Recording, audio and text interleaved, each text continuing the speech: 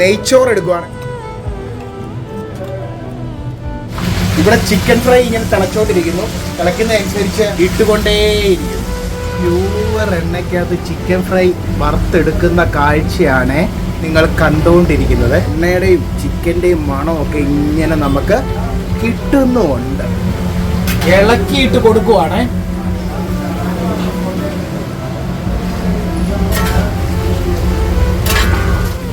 Yes, chicken fry റെഡിയാ.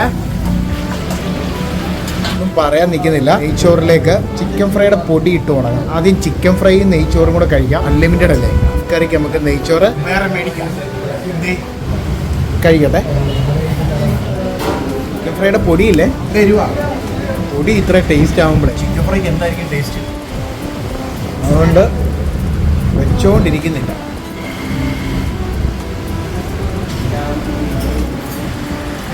മോനെ, ഒരു രക്ഷയില്ലാത്ത ചിക്കൻ ഫ്രൈ കേട്ടോ.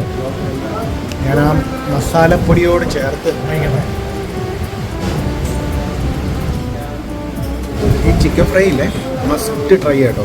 നെയ്ച്ചോറിനകത്ത് ഈ പൊടി ഇട്ട് മിക്സ് ചെയ്ത് എന്നിട്ട് ചിക്കൻ ഫ്രൈ ഞാൻ എടുത്ത് വെച്ച്